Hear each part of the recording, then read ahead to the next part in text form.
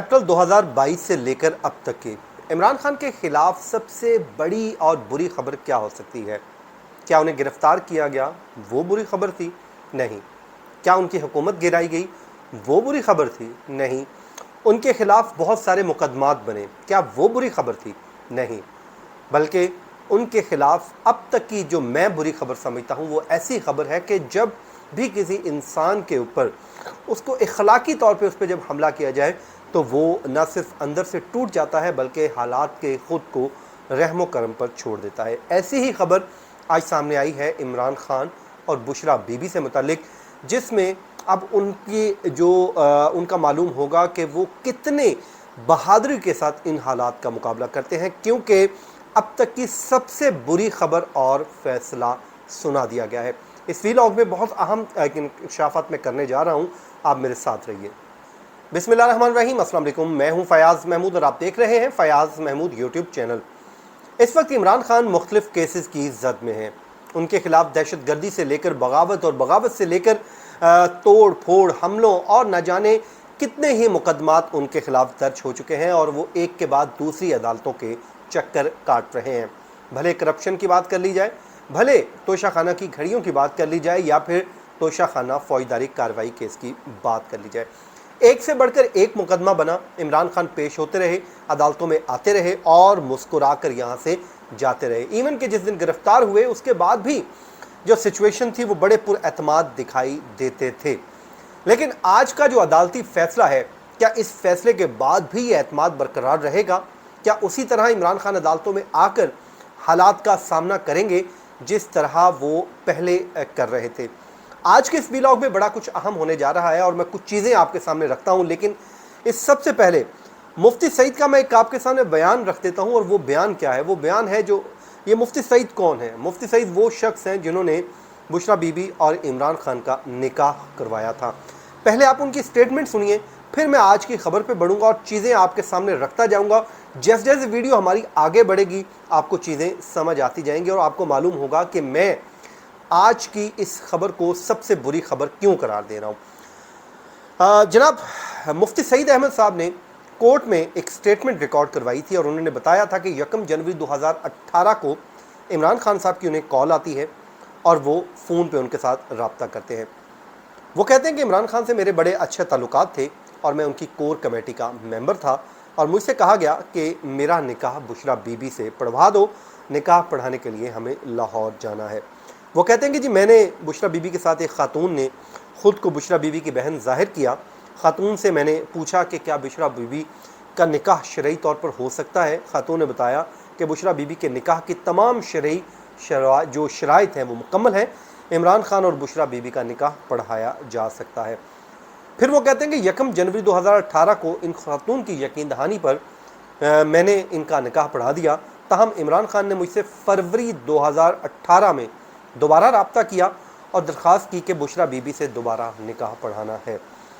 मुफ्ती मोहम्मद सईद खान ने बताया कि इमरान खान ने बताया कि पहले निकाह के वक्त बुशरा बीबी की इद्दत का दुरानिया मुकम्मल नहीं हुआ था, इसलिए नवंबर 2017 में बुशरा बीबी को क्योंकि तलाक हुई थी और उन्होंने कहा कि इमरान खान ने मुझे बताया कि बुशरा बीबी ने इनसे निकाह करने पर पेशगोई की थी कि वो वज़ीर आज़म बन जाएंगे, इसलिए पहला उन्होंने कहा कि जो निकाह है वो गैर शरई था, इद्दत पूरी नहीं हुई थी और ये बुशरा बीबी की पेशगोई थी कि अगर उनका मेरे साथ निकाह हो गया तो वो प्राइम मिनिस्टर बन जाएंगे। ये एक उन्होंने अपनी स्टेटमेंट ऑन दी ओथ जो है कोर्ट के सामने रिकॉर्ड करवा रखी है।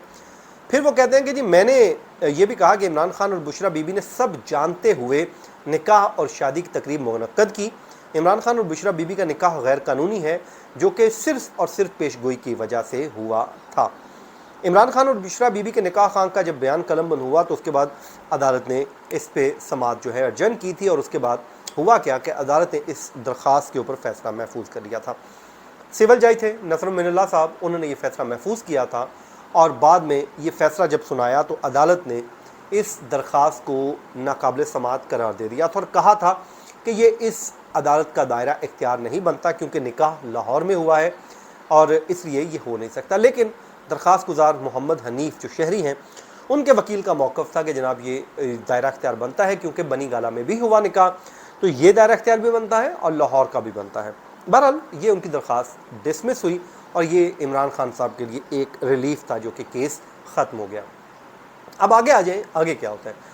दरख्वास्त गुजार फिर कुछ दिनों बाद उठते हैं और वो एक अपील फ़ाइल कर देते हैं इस फैसले के ख़िलाफ़, और सेशन जज की अदालत में ये अपील लगती है। वहाँ पे इस केस को सुना जाता है और सुनने के बाद अदालत फ़ैसला सुना देती है और अदालत डिक्लेयर करती है कि जो पहले नसर मिन्नल्लाह साहब की अदालत का फ़ैसला था उसको अदालत कलअदम करार देती है। और उसकी रीज़न क्या बताती है? रीज़न ये बताती है कि ये फ़ैसला जो है देते वक्त कुछ सवालात को अनसॉल्व छोड़ दिया गया था, उन सवालात के जवाब मिलना ज़रूरी है और इसलिए अदालत ये केस रिमांड बैक कर रही है। फिर ये केस रिमांड बैक कर दिया गया।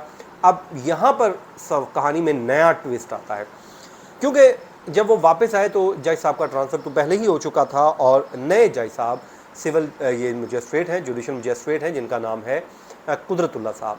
इनकी अदालत में ये अपील फ़ाइल की गई, दरख्वास्त फ़ाइल की गई और कहा गया जी अदालत ने ये आपको ट्रायल कोर्ट को भिजवाया है कि रिमांड बैक किया है, इस पे आप हमें दोबारा सुन लीजिए। अब कल इस पे दबा जो है अगेन आर्गूमेंट्स हुए और रिजवान अब्बासी साहब ने इस पे अपने आर्गूमेंट्स कंक्लूड किए और अदालत को मुतमईन किया कि ये केस बनता है और ये इसी अदालत का दायरा इख्तियार भी है। अब जब अदालत ने अपना दायरा इख्तियार डिक्लेयर कर दिया तो उसके बाद अदालत में ये जो फ़ैसला है महफूज किया गया। हम कल सारा दिन वहीं रहे, तो उसके बाद जब हम वहाँ पर मौजूद रहे हमने कहा कि चलो फ़ैसला आएगा तो वो हम सुन के आप लोगों को रिपोर्ट करेंगे। अब जब हम वहाँ पर मौजूद थे हमने देखा कि जज साहब फ़ैसला लिखवा रहे हैं और जो है वो जब फ़ैसला लिखवा रहे हैं तो हमने कहा सुना के जाएंगे, लेकिन वो बाद में अचानक से उठ के चले गए। हमने उनके रीडर से पूछा कि भाई फ़ैसला कब तक आएगा, तो उन्होंने कहा कि जज साहब जा चुके हैं। उन्होंने कहा कि आप दरख्वास्त गुजार के वकील से पूछ सकते हैं कि क्या फ़ैसला होगा। तो ज़ाहिर है वो कहते जी मैं नहीं बताऊँगा, आप वकील से जाके पूछिए कि फ़ैसला क्या है।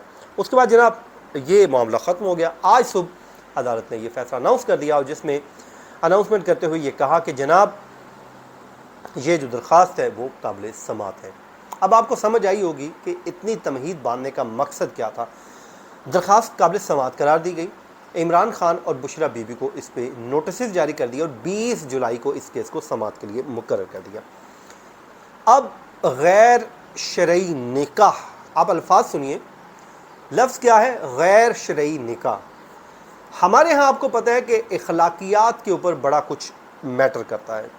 इमरान खान की जो पूरी पॉलिटिक्स है वो इखलाकियात के ऊपर उन्होंने उस इखलाकियात की बिल्डिंग पर खड़ी की है। कैसे?